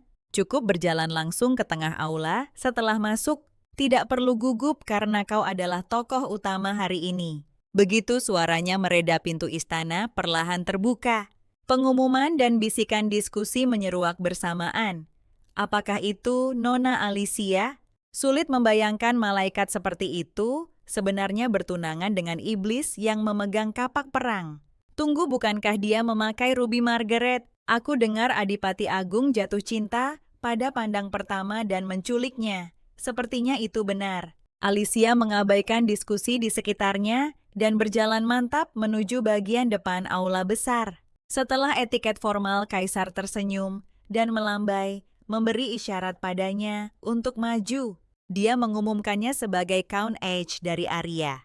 Adipati Agung menjawab, kegembiraan Kaisar sangat terasa. Hari ini benar-benar berkah ganda. Tidak hanya kita memiliki Count H dari Aria yang baru, tetapi adik bungsu saya akhirnya menemukan seseorang untuk menghabiskan hidupnya bersama. Alicia, selamat datang di keluarga kekaisaran. Saya juga menyiapkan hadiah untukmu. Saat kotak itu terbuka, alis Ricard langsung berkerut. Tergeletak tenang di dalam kotak adalah kerudung pengantin yang hanya digunakan untuk acara kerajaan penting. Kakaknya bertekad agar Alicia masuk ke keluarga kekaisaran. Diskusi di sekitar kembali ramai. Pada saat ini permaisuri tiba-tiba berbicara. Adipati Agung Tyson, saya dengar Anda akan kembali ke wilayah Anda segera setelah upacara. Ya, Yang Mulia, perbatasan tidak bisa dibiarkan tanpa penjagaan. Saya harus kembali secepat mungkin. Berpisah tepat setelah bertunangan sungguh memilukan.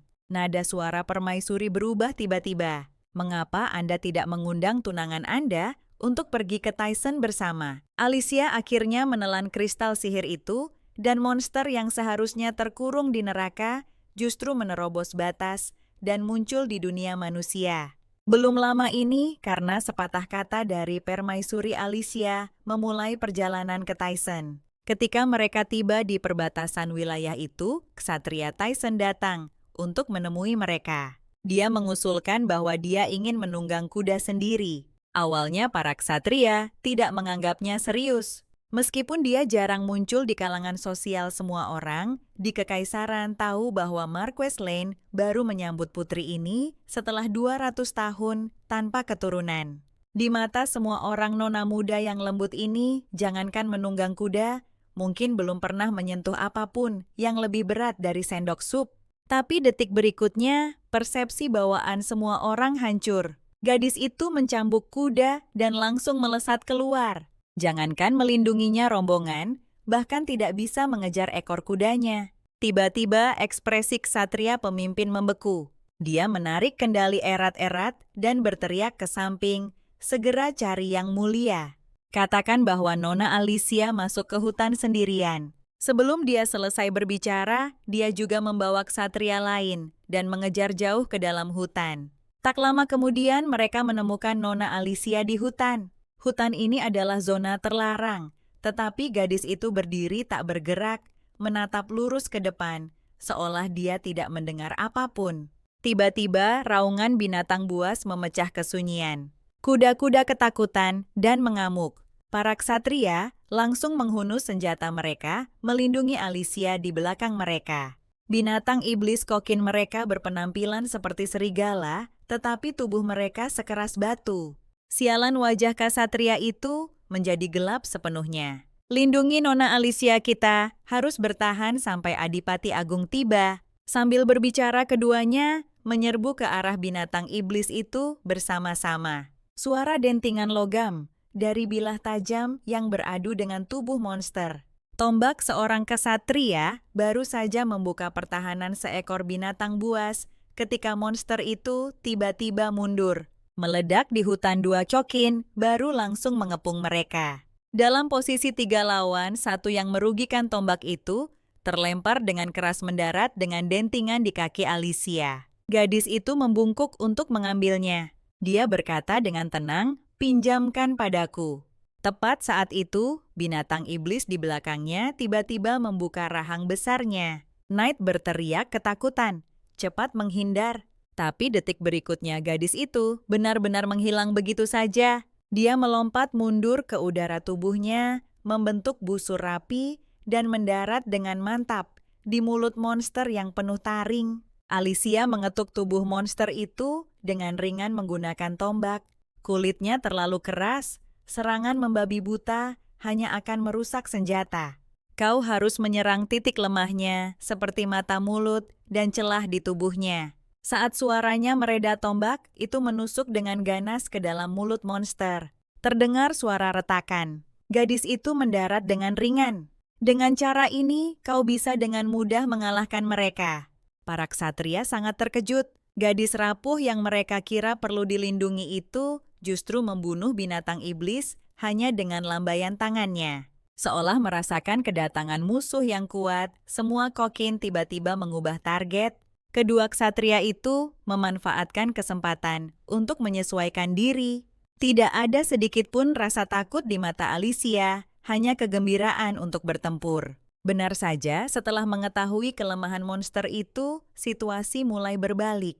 Dia melirik para ksatria saat bertarung seperti yang diharapkan dari anak buah Tyson. Mereka belajar dan beradaptasi dengan sangat cepat. Dengan kecepatan ini, seharusnya akan segera berakhir. Tapi saat itu tombak di tangannya tiba-tiba hancur. Alicia tertegun. Apa yang terjadi? Puluhan meter jauhnya seseorang berpacu mendekat dengan kuda. Otot-ototnya menegang dan kapak raksasa di tangannya melesat keluar dengan ganas. Saat cahaya dingin berkelebat, seekor monster iblis sudah terpotong 2 di bagian pinggang. Mata Alicia membelalak kaget. Itu Rekarte. Dia dengan gugup meraih Alicia, suaranya penuh kecemasan yang tak tertutupi.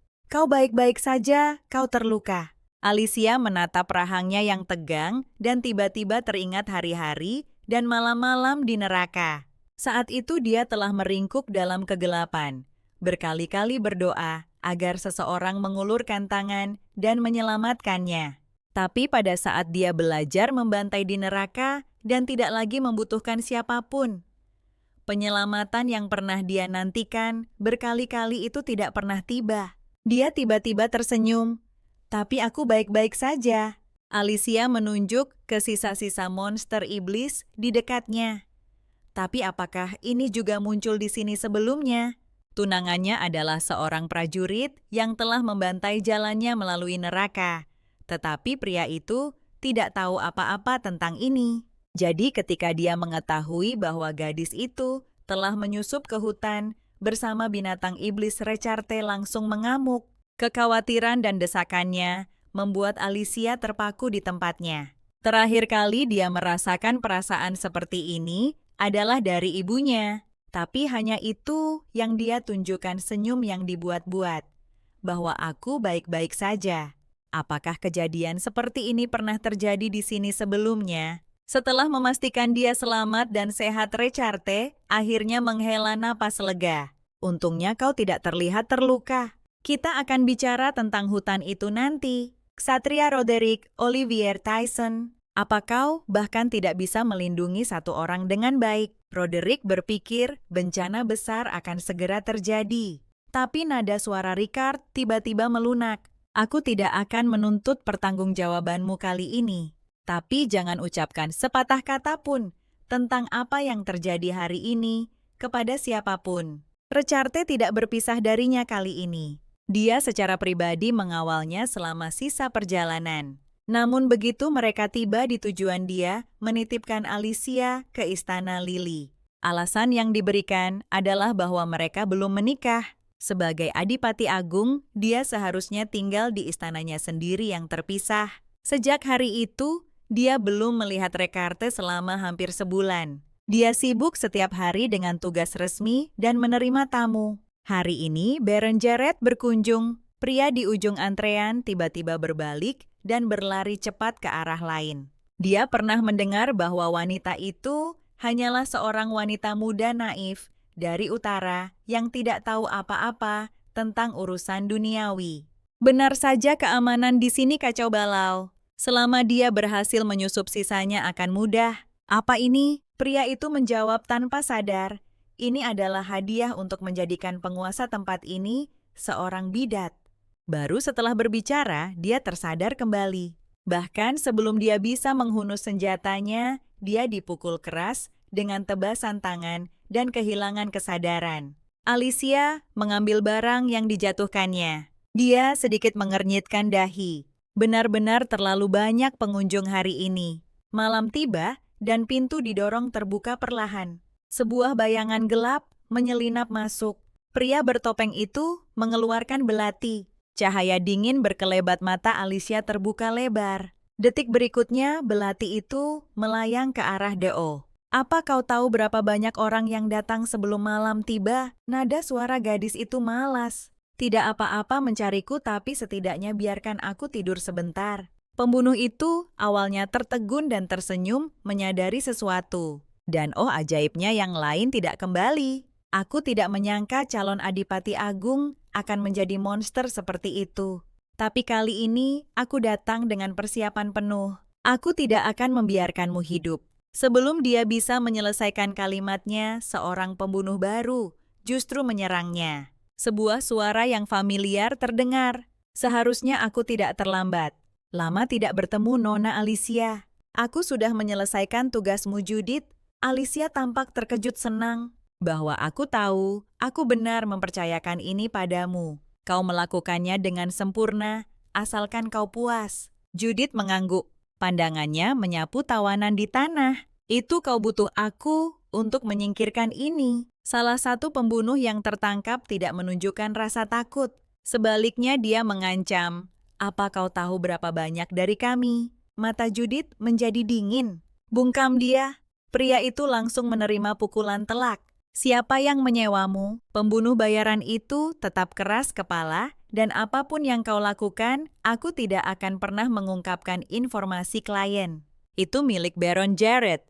Judith langsung memotong perkataannya. Dia selalu ingin menggunakan putrinya untuk mengambil posisi Adipati Agung dan merebut kekuasaan. Gagal menjebakmu, dia menggunakan metode ekstrem seperti itu. Apa kau benar-benar berpikir rencana ini akan berhasil? Jika itu Kroa, kami tidak akan pernah menerima komisi seperti itu. Itu luar biasa, Judith. Sepertinya kau sudah menjadi Master Kroa. Pembunuh bayaran itu terguncang sampai ke intinya. Kroa, gadis muda ini sebenarnya adalah master baru klan Kroa. Judith sedikit menyipitkan matanya. Ini semua berkat bantuanmu, baiklah. Alicia berdiri dan berjalan menuju pembunuh bayaran itu. Baiklah, tamu tak diundang, mari kita selesaikan masalah yang ada. Keesokan harinya di dalam kediaman Tyson. Apa kau membunuhnya? Recarte bertanya. Alicia meletakkan tehnya. Belum, bagus sekali. Aku akan mengirim seorang spesialis untuk menanganinya. Jika kau ingin membunuhnya itu juga tidak masalah. Serahkan saja pembersihan kepada orang-orangku untuk menghindari terbongkarnya rahasia. Sikap Recarte terhadapnya telah berubah drastis. Dia pasti sudah mendengar dari para ksatria tentang dia yang membunuh binatang iblis. Namun di hati Alicia rasa tidak nyaman masih samar-samar muncul. Apa kau tidak punya hal lain untuk dikatakan? Nada suara pria itu tetap datar. Konfirmasi gelar ini tampaknya telah melampaui harapan mereka. Hal-hal seperti itu mungkin akan terjadi lagi di masa depan. Manfaatkan kesempatan ini untuk memperkuat penjaga di Istana Lili. Alicia tiba-tiba menyadari bahwa hal-hal ini hanyalah rutinitas sehari-hari bagi Recarte. Meskipun Kaisar tampak peduli pada adik laki-laki ini, seluruh hidupnya kemungkinan besar dijalani di bawah pengawasan dan pembatasan. Gadis itu menghela napas pelan. Kau menangani masalah ini demi yang mulia. Grand Duke, sampai sekarang aku tetap diam. Sepertinya ini telah memberi beberapa orang ilusi bahwa aku bisa dipermainkan dengan mudah. Dia mengetuk meja dengan jari tepat di ujung jarinya. Seluruh meja hancur berkeping-keping dengan suara keras. Mulai sekarang aku akan bertindak sesukaku dengan caraku sendiri. Dia dicap sebagai iblis oleh dunia, tetapi kenyataannya dia adalah tumbal hidup bagi seluruh keluarga kekaisaran. Sejak usia 14 tahun, Recarte telah dikurung di wilayah Tyson. Setiap kali bulan kedua, Lua terbit sensasi terbakar seperti api penyucian, akan menjalar ke seluruh tubuhnya. Namun tubuhnya terasa seolah berubah menjadi es perlahan membeku mulai dari kepalanya. Dia merasa seolah-olah ditusuk berulang kali oleh bilah tajam yang tak terhitung jumlahnya. Rasa sakit yang luar biasa itu menyebabkannya kejang tak terkendali. Teriakan cemas kepala pelayan terdengar dari luar pintu. Recarte mengerahkan seluruh kekuatannya untuk berteriak padanya agar pergi. Dia memaksakan diri untuk bangkit, pandangannya kabur karena rasa sakit diambang kehilangan akal sehatnya. Dia mencabut belati di pinggangnya dan menusukkannya dengan ganas ke lengannya. Darah menyembur keluar, tetapi ketika dia mencabut belati itu, luka di lengannya sembuh seketika. Mempertahankan kewarasannya melalui melukai diri sendiri sudah menjadi kejadian sehari-hari bagi Recarte. Jika tidak, kemarahan dan keputusasaan mengerikan di hatinya akan mendorongnya untuk menghancurkan setiap makhluk hidup yang terlihat. Dia terhuyung-huyung menuju kamar tidur. Ini adalah kutukan yang harus ditanggung oleh setiap Adipati Agung Tyson. Tidak ada obat untuk menyembuhkannya pun, tidak ada solusi untuk mematahkannya. Rasa sakit itu mengikuti seperti bayangan hingga akhir hidup mereka. Recarte sesekali bertanya-tanya, apakah dia telah membunuh kaisar sebelumnya dengan tangannya sendiri saat kaisar itu masih hidup. Apakah dia akan merasa lebih baik? Pikiran harus menderita melalui penderitaan ini selama 10 hari lagi membuatnya merasa seperti akan gila. Seharusnya aku membunuh saja semua orang, gumamnya mengutuk dalam hati. Tetapi akal sehatnya yang tersisa berulang kali memperingatkannya untuk tidak melakukan itu. Setiap tahun pada waktu ini, Recarte akan mengunci diri di kamarnya, menolak membiarkan siapapun mendekat. Waktu yang tak tertahankan berlalu perlahan dalam rasa sakit dan perjuangan seperti itu. Ini adalah hari pertama Alicia tinggal di Kastil Tyson. Para pembunuh telah mengubah metode mereka dan membakar Istana Lili. Sampai istana diperbaiki, dia hanya bisa tinggal di sini sementara. Dia bermaksud mengambil kesempatan untuk keluar dan berburu binatang iblis, tetapi Recarte melarangnya dengan tegas. Alasannya sederhana, wilayah Tyson tidak damai. Sebelum pergi, dia memberikan peringatan samar, kunci pintumu di malam hari. Siapa sangka keesokan harinya, dia akan menerima kabar bahwa Recarte sakit. Alicia dipenuhi keraguan. Seorang pria yang disebut iblis dikabarkan mampu bertarung keesokan harinya. Bahkan setelah tertusuk pedang, bagaimana bisa dia tiba-tiba jatuh sakit? Terlebih lagi sikap sebagian besar pelayan aneh. Mereka tidak menunjukkan tanda-tanda kecemasan dan bahkan dokter tidak pernah muncul. Memikirkan hal ini, dia mengusulkan untuk mengunjungi Recarte. Ajudan itu tidak hanya tidak menghentikannya, tetapi secara aktif memimpin jalan. Kamar Recarte kosong dan sepi. Di sepanjang jalan jangankan pelayan, bahkan penjaga pun tidak terlihat. Wajahnya sepucat kertas, tampak sangat sakit. Dari waktu ke waktu, dia sedikit berkedut karena kesulitan bernapas. Dia tampak seperti baru saja diangkat dari air. Alicia mengeluarkan sapu tangan dan menyeka keringat dingin dari dahinya. Dia tiba-tiba teringat pertemuan pertama mereka. Recarte mengalami kondisi serupa. Lalu dia mencoba meniru tindakannya hari itu dengan lembut memegang tangannya. Apakah rasa sakitnya berkurang saat disentuh seseorang? Tapi lalu mengapa dia mengusir semua orang? Larut malam Recarte terhuyung-huyung masuk ke kamar Alicia. Dia berdiri di depan ranjang gadis itu. Alicia merasakannya dan membuka matanya dari tidurnya. Yang mulia suara serak pria itu hampir memohon. Maafkan aku, Alice. Ini pasti sangat membingungkan bagimu, tapi tolonglah. Gadis itu bangkit dengan panik. Recarte tiba-tiba meraih tangannya. Tolong jangan lepaskan. Alicia menatapnya dengan bingung. Ekspresinya tampak seolah dia akan menangis kapan saja. Detik berikutnya pria itu kehilangan kekuatannya dan jatuh ke pelukannya. Gadis itu benar-benar kebingungan. Adipati Agung yang mulia. Dia tidak melepaskan Recarte karena tubuhnya dingin sekali. Sinar matahari membanjiri kamar tidur dari jendela. Recarte diam-diam memperhatikan Alicia. Rasa sakit yang telah menyiksanya selama 14 tahun berhasil diredam dengan sempurna untuk pertama kalinya.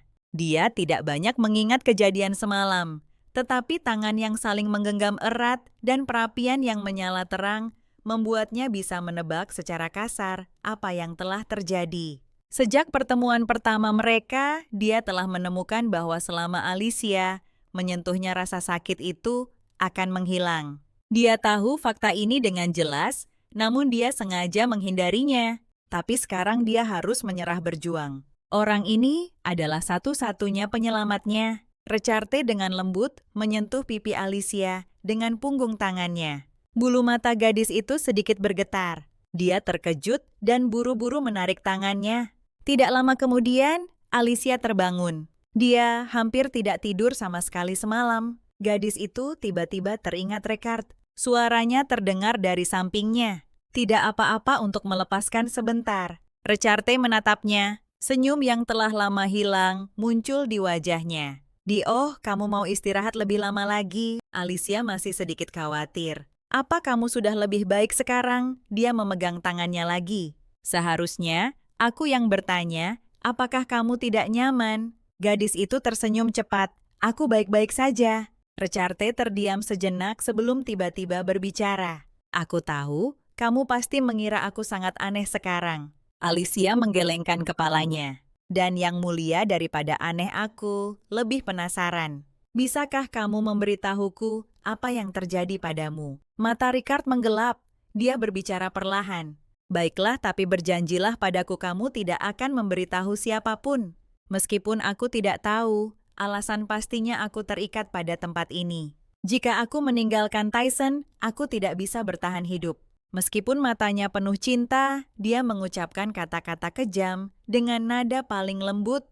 Alicia, jangan menikah denganku. Baru saja, Recarte telah mengakui rahasia kutukan itu padanya. Jika dia meninggalkan Tyson untuk waktu yang lama, dia akan mati karena kutukan yang semakin parah. Kamu ingat pertemuan pertama kita? Dulu tidak terlalu parah, tapi sekarang adalah waktu dalam setahun ketika kutukanku paling parah kambuh. Melihat ekspresi khawatir gadis itu, Recarte malah tersenyum. Jangan pasang muka begitu. Aku sudah bertemu orang yang bisa mengubah segalanya. Mata Alicia langsung membelalak. Siapa itu? Saat Recarte menatapnya sambil tersenyum, dia tersadar. Apakah orang itu aku? Recarte menghilangkan senyumnya, nadanya menjadi sangat serius. Sama seperti kesepakatan yang kau usulkan sebelumnya, aku harap kau bisa menerima permintaanku. Saat aku jatuh sakit di Tyson, tolong pegang tanganku. Dia berhenti sejenak lalu menambahkan, apapun yang kau inginkan, selama itu bukan takhta, aku bisa memberikannya padamu. Meskipun aku tidak peduli berbenturan dengan keluarga kekaisaran, selalu sedikit merepotkan. Alicia hanya merasa itu tidak masuk akal. Apakah dia memperlakukan gelar bangsawan seperti batu di pinggir jalan? Selama aku memegang tanganmu, permintaan apapun boleh. Lalu safir yang terpasang di istana Lily McCartney mengangkat alis. Hanya saja sampai batas tertentu itu sudah milikmu. Jika kau menginginkan kepemilikan permanen atas istana terpisah itu, aku bisa segera mentransfernya padamu. Alicia berpikir ini terlalu mudah ketika dia mendengarnya mengubah topik pembicaraan. Namun ada syarat tambahan. Hatinya mencelos. Apa itu? Kau tidak boleh membiarkan siapapun tahu bahwa kau bisa menghilangkan rasa sakitku, terutama keluarga kekaisaran. Mengapa mereka bukan keluargamu? Recarte melepaskan tangannya. Karena jika mereka tahu, besok kau akan menjadi Adipati Agung Tyson. Apa maksudnya itu? Pria itu terdiam lama sebelum berbicara perlahan. Alicia, jangan menikahiku. Gadis itu menatapnya kosong. Tadi malam pria ini memohon padanya untuk tidak melepaskan. Dalam sekejap, dia mengatakan tidak ingin menikahinya. Sebenarnya Alicia tidak terlalu menyukai Recarte. Apakah itu cinta pada pandangan pertama? Tetapi kalimat ini tetap membuatnya merasakan kekecewaan karena ditolak. Mungkin karena dia secara tidak sadar memutuskan bahwa karena pertunangan sudah ditetapkan keduanya, pada akhirnya akan memasuki pernikahan bisnis. Jadi penolakan ini yang tegas, namun diwarnai kelembutan, membuatnya sangat kesal. Tepat saat pikirannya sedang berkecamuk, kutukan Ricard kambuh lagi. Dia meringkuk di tempat tidur kesakitan mengerang keras. Mata ambar yang menatapnya tampak kehilangan fokus. Alicia segera menghampirinya. Dia meletakkan tangannya di dahinya. Maaf, aku terlambat. Dia tiba-tiba tersadar. Mengapa dia melampiaskan amarah pada orang sakit? Kenapa kamu tidak memberitahuku? Recarte melihat dengan jelas bahwa yang datang adalah dia, dan senyum tipis langsung muncul di wajahnya. Hanya sebentar, tidak apa-apa. Alicia menghela napas dan melembutkan suaranya. Apa yang bisa kulakukan agar kamu cepat sembuh? Recarte menjawab dengan patuh. Rasa sakitnya hilang di tempat tanganmu menyentuh. Dia meletakkan tangannya di dahinya lagi seperti ini. Saat napasnya berangsur-angsur stabil, Recarte memiringkan kepalanya sedikit lebih dekat padanya. Cukup dengan berpegangan tangan. Alicia menatapnya dengan tenang. Dia menyadari bahwa pria ini tampak menjadi sangat manja saat dia rentan. Recarte berinisiatif meraih tangannya. Saat ini ekspresinya sangat menyedihkan. Jangan lepaskan aku. Hati Alicia terasa seperti dihantam keras oleh sesuatu. Melihatnya seperti ini, kemarahannya yang sebelumnya langsung lenyap.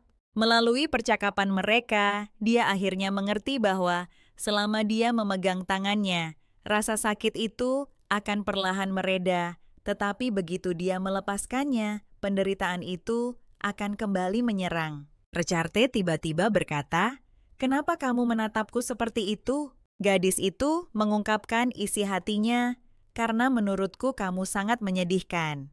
Menghadapi ucapan yang hampir menyinggung ini, dia sama sekali tidak keberatan. Nada suara Recarte lembut dengan sedikit nada bercanda.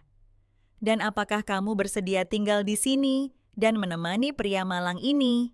Alicia berpikir dalam hati.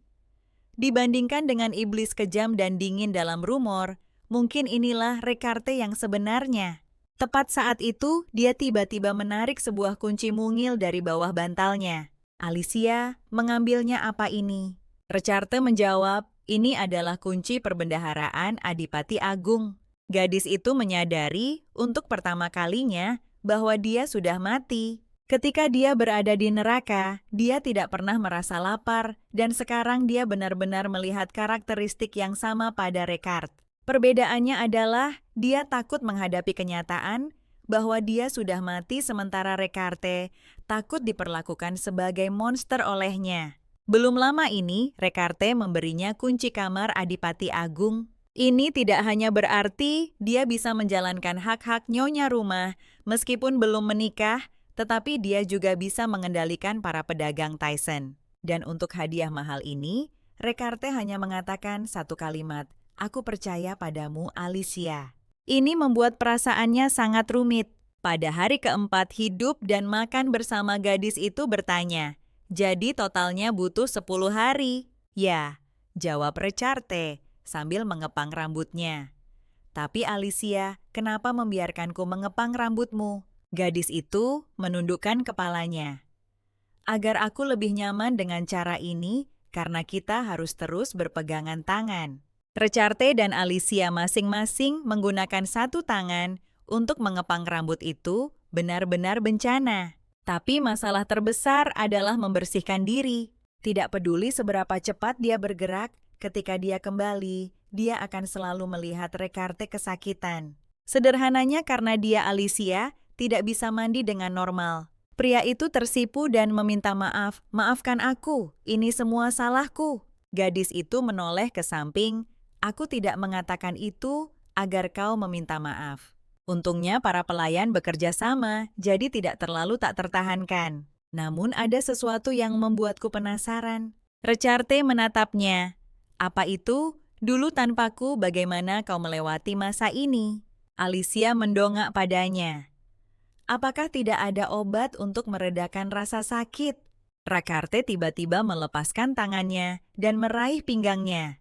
Mata Alicia menjadi dingin dan dia langsung menekan kembali pedang pendek yang setengah ditarik pria itu. Keduanya membeku. Dia telah melancarkan pertahanan murni berdasarkan insting. Recarte segera menjelaskan, jangan khawatir aku tidak akan menyerang. Tapi jangan takut cahaya dingin berkelebat. Dia benar-benar menggunakan pedang pendek untuk menusuk punggung tangannya sendiri. Tapi luka itu yang memancarkan darah sembuh seketika. Alicia terkejut seolah disambar petir menatap lurus ke lengannya. Pihak lain tidak menyadari bahwa aku baru saja menggunakan rasa sakit yang lebih besar untuk mengimbanginya sementara. Selama hari-hari bersama Recarte ini, dia tidak hanya tidak makan atau minum, tetapi bahkan hampir tidak tidur. Dia seharusnya menyadarinya lebih awal. Ini persis sama seperti saat dia berada di neraka. Apakah kau pernah ke neraka? Recarte jelas tidak menyangka dia akan bertanya seperti itu dan menatapnya dengan tatapan kosong. Tepat saat Alicia menyesali dorongan hatinya pihak lain berbicara. Meskipun orang lain memanggilku iblis, kau tidak perlu khawatir. Aku belum pernah ke neraka dan kutukan itu tidak akan. Alicia tiba-tiba memotongnya. Untuk apa menjelaskan? Recarte menatapnya dengan tatapan yang sangat rumit. Karena aku tidak ingin kau menatapku seperti itu juga. Lalu bagaimana aku harus menatapmu? Pria itu menjawab perlahan seperti dulu. Aku juga tidak ingin kau takut padaku. Di neraka Alicia tidak pernah merasa lapar. Baru setelah dia menghabiskan 1 tahun penuh di sana, dia menyadari bahwa dia benar-benar mati. Tapi dia tidak bisa melepaskan obsesinya untuk hidup. Dia memaksakan diri menelan apapun yang bisa dimakan, tetapi tubuhnya tidak bereaksi dan bahkan tidak bisa mencernanya. Pada akhirnya, dia hanya bisa menyerah menerima kenyataan bahwa dia sudah mati. Cara Recarte berjuang dalam kesakitan mengingatkannya pada dirinya sendiri saat itu. Aku tidak takut padamu, kau hanya mengingatkanku pada seseorang. Sejak hari itu, Alicia mulai mengajukan permintaan sederhana kepada Recarte. Seperti makan bersama. Ketika Recarte ragu, dia akan mengancamnya. Bukankah kau berjanji bahwa selama aku memegang tanganmu, kau akan melakukan apa saja? Haruskah aku melamarmu sekarang? Mendengar kata pernikahan Recarte sangat ketakutan, sehingga dia langsung duduk patuh di samping Ali. Dia mengambil sendok dengan tangan gemetar. Yang mulia, apakah makan itu menyakitkan bagimu? Tidak, saya menggunakan tangan kanan. Alicia merasa geli. Kalau begitu kamu bisa duduk di sebelahku.